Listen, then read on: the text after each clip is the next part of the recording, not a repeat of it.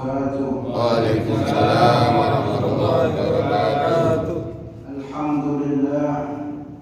Alhamdulillah ala ni'amihi al-mutawafirah wa ala minanihi al-ghamirah wa 'iyadihi al-mutakathirah. Allahumma salli wa sallim ala sayyidi ahli dunya wal akhirah Sayyidina Muhammadin wa ala alihi wa sahbihi anjum az-zahirah. Subhanaka la ilma lana illa ma 'allamtana innaka antal alimul hakim. Rabbi shrah li sadri wa yassir li amri wahlul 'uqdatam min lisani yafqahu qawli. Allahumma la tusallit 'alaina bi dhunubina man la yakhafuka fina wa la yarhamuna.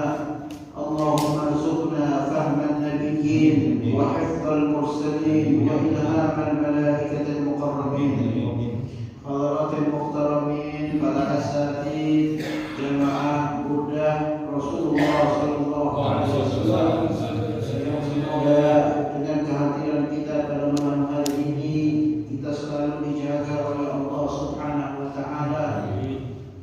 Memang kita harus memperbaharui niat, termasuk saya, ya, niat untuk hadir di majelis semata-mata karena Allah dan karena Rasulullah.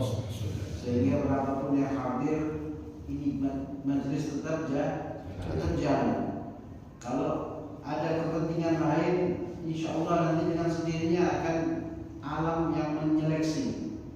Ya, kita mohon kepada Allah mudah-mudahan kita selalu diberikan hidayah. Amin. Taufik, hidayah, Amin. pertolongan dari Allah Subhanahu wa taala. Amin. Kita minta kepada Allah supaya kita dapat mengalahkan hawa nafsu kita.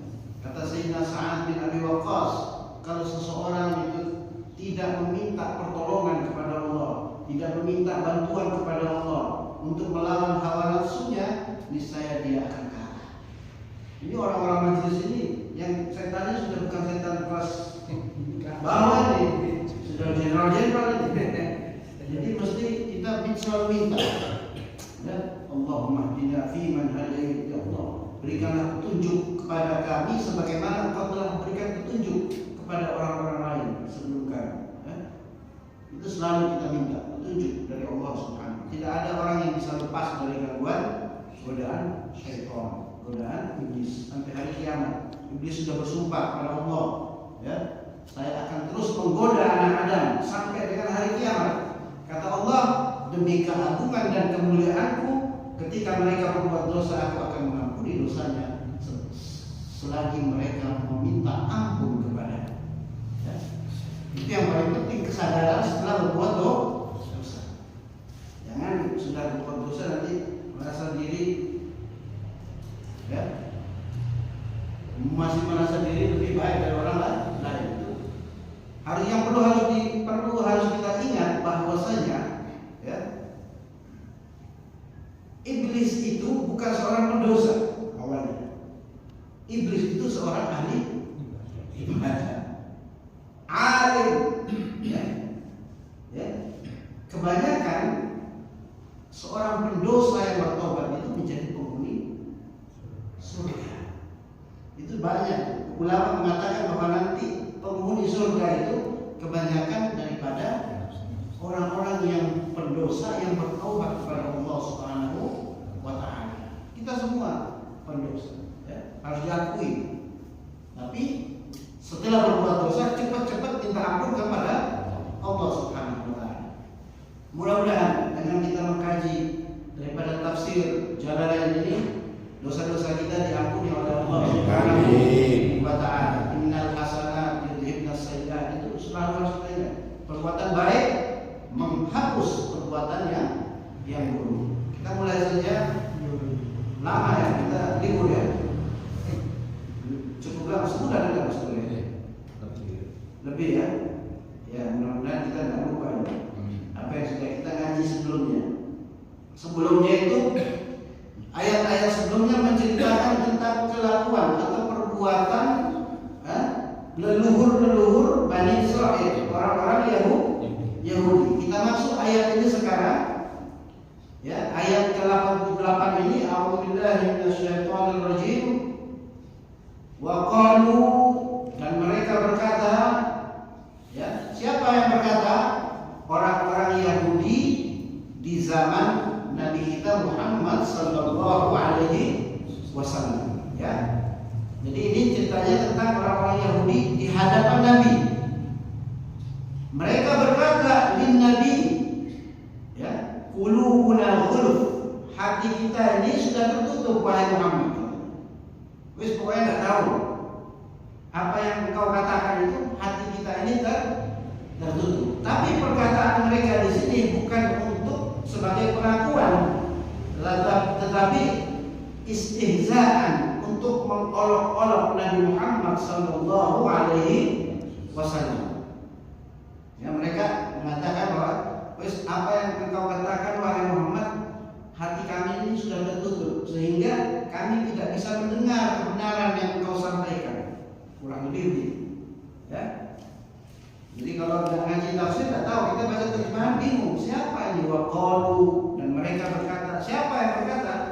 Yang berkata kata Imam As-Sawi, ya, itu adalah orang-orang Yahudi di zaman Nabi kita Muhammad sallallahu alaihi wasallam. Kan Nabi sebelumnya cerita tentang kedustaan orang-orang Yahudi yang membunuh nabinya.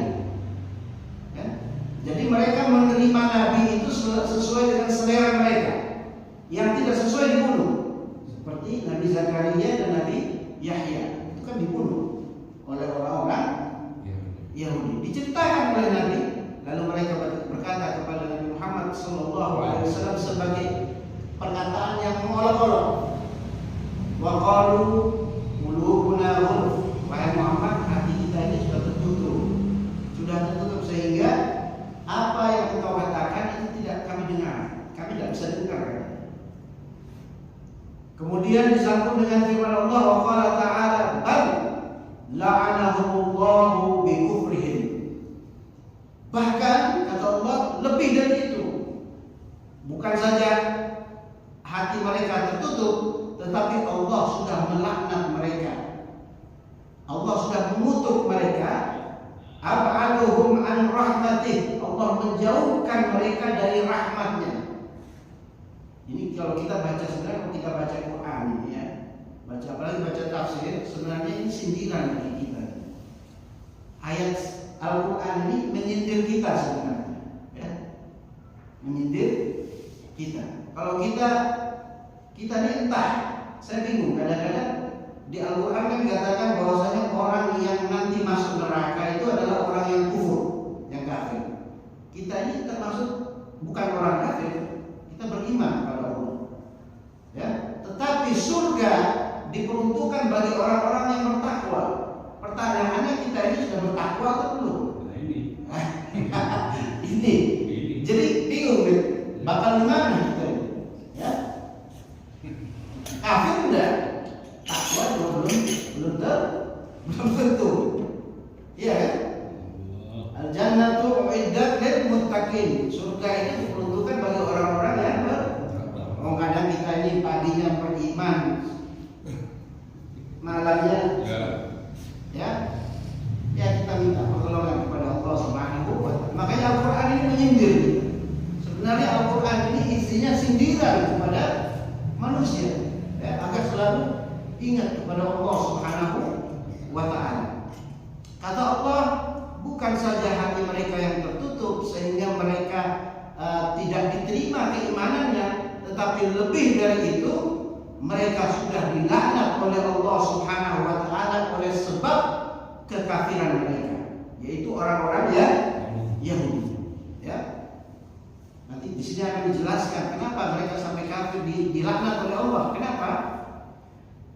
Karena, ya, terus bikufrihim faqalilan ma yu'minun. Ya, karena sedikit sekali di antara mereka itu ada pun yang beriman. Di sini ada 3 pendapat yang mengatakan qalilan ma yu'minun. Apa itu? Sedikit daripada mereka orang yang beriman. Yang pertama, karena karena mereka sudah tertolak, sudah dibuang oleh Allah. Allah tidak mau memberikan rahmat kepada mereka. Al-isti'bad namanya, dijauhi dari rahmatnya Allah. Itu yang pertama, ya. Mustahil mereka akan menjadi orang yang beriman, tidak mungkin. Itu pendapat yang pertama. Faqalilan ma yu'minun. Ingat Mas Kur, ya. Kalau dibaca ayat ini faqalilan ma yu'minun, ada 3 pendapat. Yang pertama, mustahil mereka ini dijadikan oleh Allah sebagai orang yang beriman karena mereka sudah jauh dari rahmat Allah. Kemudian pendapat yang kedua, faqalilan ma yu'minun, dikatakan di sini karena hanya sedikit dari antara orang-orang Yahudi itu ada yang beriman kepada Allah Subhanahu wa taala. Salah satunya di sini disebutkan Ka'abdillah bin Salam, seperti sahabat Nabi Abdullah bin Salam. Abdullah bin Salam ini seorang pendeta Yahudi, ya, sangat ahli dalam Taurat, ya, ahli Taurat. Kisah beliau masuk Islam, ya, ketika itu beliau menunggu kedatangan seorang nabi dan beliau meminta kepada Allah supaya diberi umur yang panjang sehingga dapat menangi Nabi Muhammad SAW. Singkat cerita, terdengarlah Nabi akan hijrah ke kota Madinah, ya. Abdullah bin Salam menunggu kedatangan Rasul, ya, sampai ketika Rasul hijrah sampai di kota Madinah, Abdullah bin Salam memperhatikan Nabi Muhammad dari kejauhan. Ya, ini kisah masuk Islamnya Abdullah bin Salam. Diperhatikan wajahnya Nabi. Lalu kata Abdullah bin Salam, sungguh wajahnya orang ini tidak ada wajah pembohong, ya, sama sekali tidak ada wajah yang menandakan bahwa Muhammad ini seorang pendusta. Tetapi aku belum puas, aku akan mengajukan dia 3 pertanyaan. 3 pertanyaan. Pertanyaan yang pertama, kalau tidak salah saya ingat ada 4, itu saya ingat 3. Yang pertama, dia bertanya di hadapan Nabi untuk menguji Nabi apakah benar-benar pertanyaan langit ini. Yang pertama dia bertanya, hidangan apa tanda-tanda kiamat sudah dekat? Itu pertanyaan yang pertama. Yang kedua, apa hidangan pertama penghuni surga? Ya. Terus yang ketiga, mengapa seorang anak itu mirip bapaknya dan seorang anak kadang mirip ibunya? Ini pertanyaannya Abdullah bin Salam kepada Nabi Muhammad SAW. Itu ada 4, saya ingat 3 ini. Dijawab oleh Rasul, tapi menunggu wahyu dari malaikat Jibril. Dan beberapa saat kemudian Rasulullah menjawab pertanyaan Abdullah bin Salam. Tanda-tanda kiamat sudah dekat adalah ketika nanti ada api yang menggiring umat manusia dari arah timur ke arah barat. Kata Rasulullah SAW, itu kiamat sudah dekat. Yang kedua, apa hidangan pertama penghuni surga? Dijawab oleh Nabi, hati ikan cuping namanya. Hati ikan, ya. Jadi hidangan pertama ahli surga itu adalah hati ikan. Nah, ini pertanyaan yang ketiga ini, mengapa seorang anak mirip bapaknya, terkadang mirip ibunya? Dijawab oleh Nabi Muhammad SAW, karena kalau seorang anak itu dia mirip bapaknya, berarti yang pertama orgasme itu bapaknya. Kalau dia mirip ibunya, berarti yang pertama orgasme adalah ibunya. Ini jawaban Nabi Muhammad SAW. Bisa ditulis. Seorang anak saya mirip, kalau saya dikatakan mirip bapaknya, berarti yang orgasme pertama, saya mencontohkan diri saya sendiri, adalah bapak saya. Ini jawaban Rasulullah, ya. Setelah mendengar jawaban Nabi SAW, Abdullah bin Salam memutuskan masuk ke dalam agama Islam. Saya ingat itu, ya. Itu jawaban Rasulullah. Mengapa seorang anak mirip bapaknya? Ya, ini bukan porno ini ilmu pengetahuan ilmiah, ya, dari Nabi Muhammad SAW. Mengapa seorang anak laki-laki itu mirip bapaknya? Karena bapaknya yang pertama orgasme, ya, yang mencapai orgasme.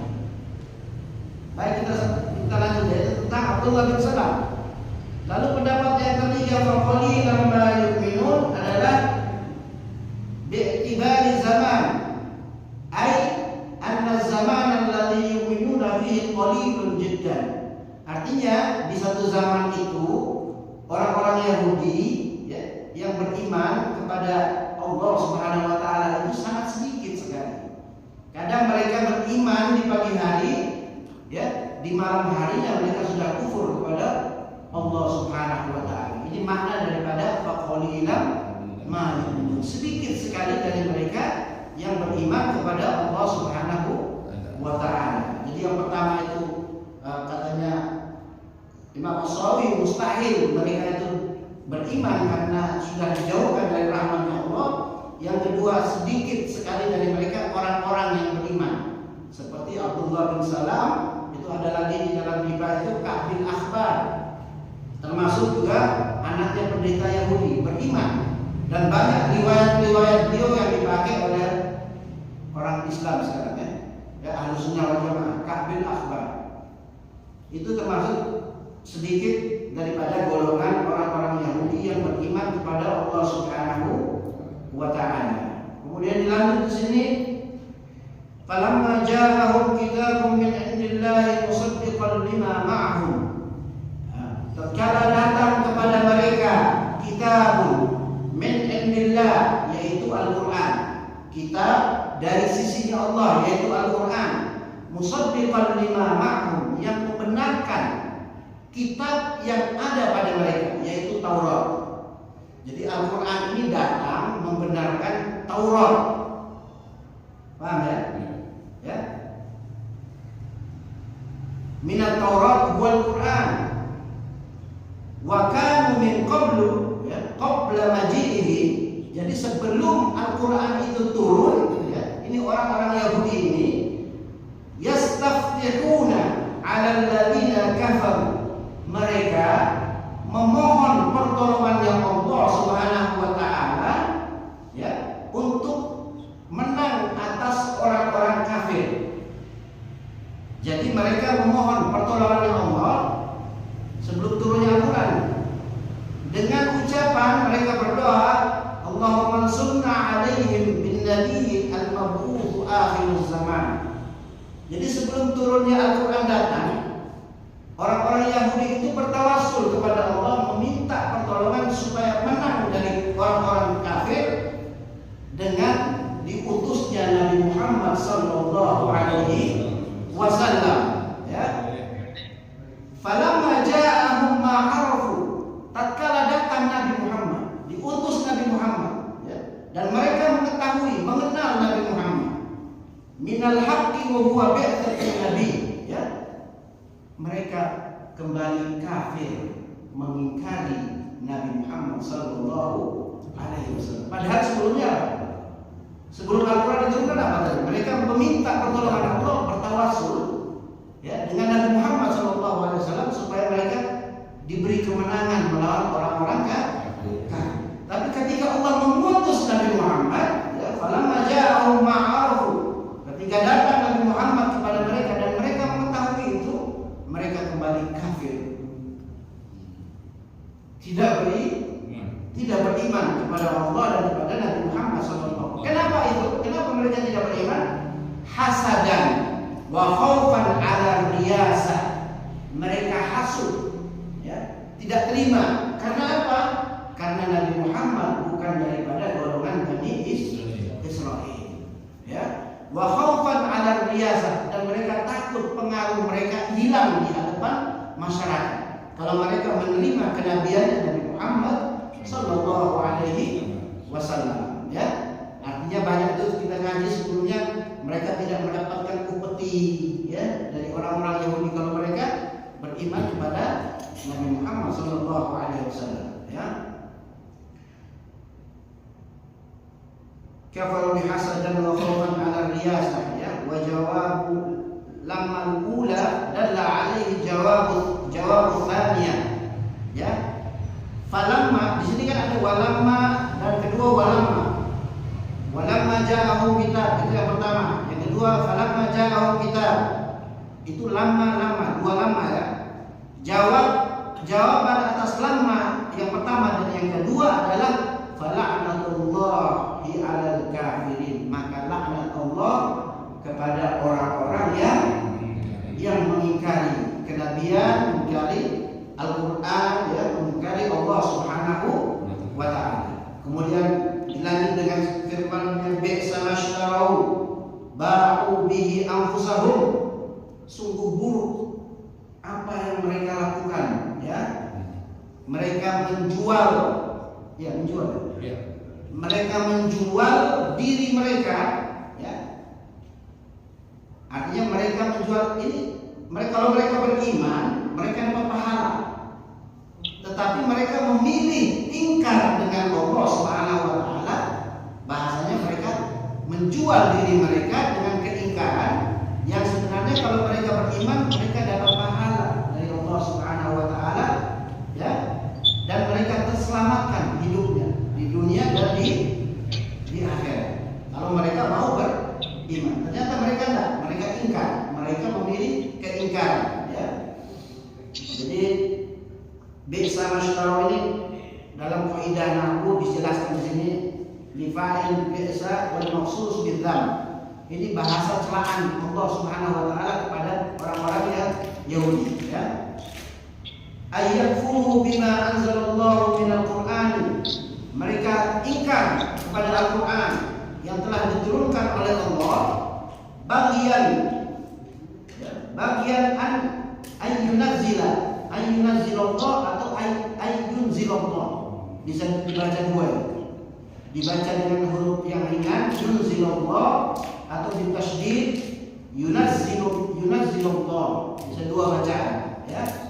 Min fadli, daripada kemurahannya Allah, yaitu berupa wahyu, ala ma yasha, atas apa yang Allah kehendaki, lirisalah, untuk membawa risalah min ibadi, dari hamba-hamba yang dipilih oleh Allah Subhanahu wa ta'ala.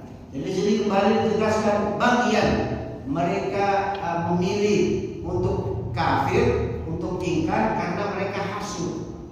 Karena Nabi Muhammad SAW bukan dari golongan Bani Israel, ya. Atas Al-Quran yang diturunkan oleh Allah kepada hamba yang Allah pilih. Jadi bukan maunya mereka kan maunya Bani Israel. Sedangkan Allah, terserah Allah memilih dari Bani Israel kayak dari Bani Arab kayak, ya kan? Kan Allah punya kehendak. Faba'u bighadabin ala ghadab, lalu mereka kembali mendapatkan murka yang Allah, ya. Murka yang pertama adalah mereka kufur kepada Al-Quran, dan murka yang kedua adalah mereka menyia-nyiakan Taurat, ya. Mereka tidak beriman juga kepada Musa, apalagi kepada Isa, ya. Jadi mereka mendapat dua kemurkaan. Yang pertama mereka ingkar kepada Al-Quran, yang kedua mereka ingkar kepada Taurat yang Musa dan kepada Isa, ya. Jadi mereka mendapatkan dua kemurkaan, ghadabnya Allah, kemurkaan Allah. Walil kafirina 'adzabun muhin, dan untuk orang-orang yang ingkar Allah menyediakan azab yang menghinakan, ya.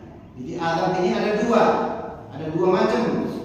Yang pertama, ditathhir, untuk mensucikan seseorang. Ketika datang bencana alam kepada orang-orang mukmin, ya, itu Allah berikan itu bencana supaya orang mukmin itu dosanya dihapuskan oleh Allah Subhanahu wa ta'ala. Bukan tujuannya menghinakan. Ya, ada orang mukmin yang kena tsunami, itu supaya nanti di akhirat insyaallah dia tidak diazab lagi oleh Allah karena sudah diazab di dunia. Nah, ini azab yang menghinakan dikhususkan kepada orang-orang yang ingkar kepada Allah, yaitu orang-orang Yahudi, ya, dan selain orang Muslim, ya. Dia masuk ke dalam neraka, ada orang Islam masuk ke dalam neraka untuk apa? Allah untuk membersihkan dosa-dosanya. Tetapi kalau orang Yahudi non Muslim masuk ke dalam neraka karena Allah ingin menghinakan mereka, khalidina fiha, ya, mereka kekal di dalam api neraka, ya. Itu ayat 88 sampai 90, ya. Mudah-mudahan bisa dipahami ya. Ini Al-Quran masih bercerita tentang kelakuannya orang-orang Yahudi, orang-orang Bani Israel. Ya, mudah-mudahan kita mendapatkan berkah dari Al-Quran dan majelis ini insyaallah selalu mendapatkan manfaat. Al-ibrah laisa bi kathratil adad. Pelajaran itu bisa diambil bukan dari banyaknya jumlah yang hadir, walakinnal ibrah bi kathratil madad. Akan tetapi pelajaran itu bisa diambil dari banyaknya pertolongan dari Allah Subhanahu wa taala. Ya. Mudah-mudahan kita bisa istiqamah ya. Tapi nanti ada Cak Mak ngomong sama antum ada beberapa hal yang perlu supaya untuk membenahi majelis ya, untuk kemajuan majelis. Mudah-mudahan kita selalu mendapat ridha dari Allah Subhanahu wa taala.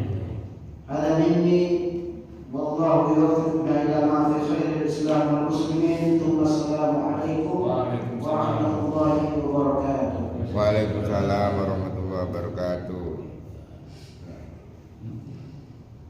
Bismillahirrahmanirrahim. Allahumma shalli wa sallim ala Muhammad wa ala ali sayyidina Muhammad walhamdulillahi rabbil alamin. Amin. Hamdan syakirin, hamdan alimin, hamdan yu'abbina wa yu'abbina.